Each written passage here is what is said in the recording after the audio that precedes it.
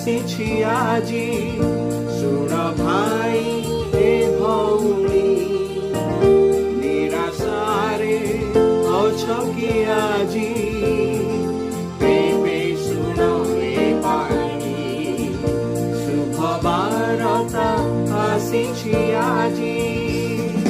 ସରଗର ଏ ବାର୍ତ୍ତା, ପ୍ରେମର ବାର୍ତ୍ତା, ସତ୍ୟ ମୁକ୍ତିର ବାର୍ତ୍ତା, ପରିତ୍ରାଣର କଥା। ଶୁଭ ବାର୍ତ୍ତା ଆସିଛି ଆଜି। প্রিয় শ্ରୋତା ବନ୍ଧୁ, ପ୍ରଭୁ ଶ୍ରୀଖ୍ରୀଷ୍ଟଙ୍କ ମହତ୍ ନାମରେ ଆପଣଙ୍କୁ ଶୁଭେଚ୍ଛା। ପବିତ୍ର ବାଇବଲର ମାଥିଉ ଲିଖିତ ସୁସମାଚାର 5 ଅଧ୍ୟାୟର 13 ପଦରେ ଆମମାନେ ଏପରି ପାଠ କରୁ, ତୁମ୍ଭେମାନେ ପୃଥିବୀର ଲବଣ।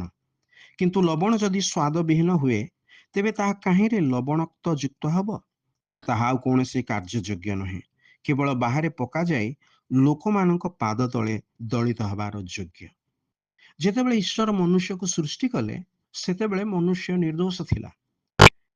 ଈଶ୍ୱର ତାହାକୁ ସମଗ୍ର ସୃଷ୍ଟିର ଅଧିକାରୀ ରୂପେ ନିଯୁକ୍ତ କରିଥିଲେ। ପୁଣି ମନୁଷ୍ୟ ଏହି ପୃଥିବୀରେ ଈଶ୍ୱରଙ୍କ ପ୍ରତିନିଧିତ୍ୱ କରୁଥିଲା, ଯାହାକୁ ଆମେ କହିପାରୁ ସେ ଜଗତର ଲବଣ ସ୍ୱରୂପ ଥିଲା। କିନ୍ତୁ ପାପ ହେତୁ ମନୁଷ୍ୟ ଯେ କେବଳ ତାହାର ନିର୍ଦ୍ଦୋଷତା ହରାଇଲା, କେବଳ ସେତିକି ନୁହଁ, କିନ୍ତୁ ସେ ପାପୀ ମଧ୍ୟ ହେଲା। ଆହୁରି ମଧ୍ୟ ଏହି ସୃଷ୍ଟି ଉପରେ ନିଜର ଅଧିକାର ମଧ୍ୟ ହରାଇଲା।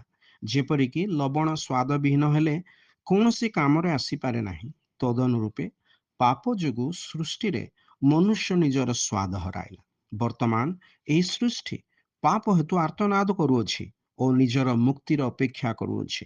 ମନୁଷ୍ୟ ନିଜର ପ୍ରୟାସ ଦ୍ୱାରା ଆପଣା ପୂର୍ବାବସ୍ଥାକୁ ପହଞ୍ଚିବାକୁ ତ ଚାହେଁ, ମାତ୍ର ପାପ ଯୋଗୁଁ ସେ ଅସମର୍ଥ ଅଟେ। କ୍ରୁଶରେ ପ୍ରଭୁ ଶ୍ରୀଖ୍ରୀଷ୍ଟଙ୍କ ବଳିଦାନ ଦ୍ୱାରା ଈଶ୍ୱର ମନୁଷ୍ୟର ଏହି ସମସ୍ୟାର ସମାଧାନ ଯୋଗାଇଛନ୍ତି, କାରଣ ସମସ୍ତ ମନୁଷ୍ୟକୁ ପାପରୁ ମୁକ୍ତ କରିବା ନିମନ୍ତେ ପ୍ରଭୁ ଶ୍ରୀଖ୍ରୀଷ୍ଟ ବଳିଦାନ ହେଲେ।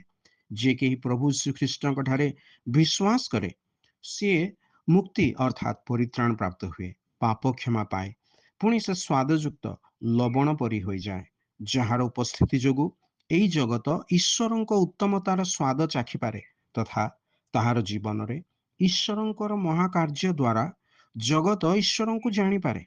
ତେବେ ଆପଣ କ'ଣ ସେହିପରି ଲବଣ ସ୍ୱରୂପ ହେବାକୁ ଚାହିଁବେ ନାହିଁ କି?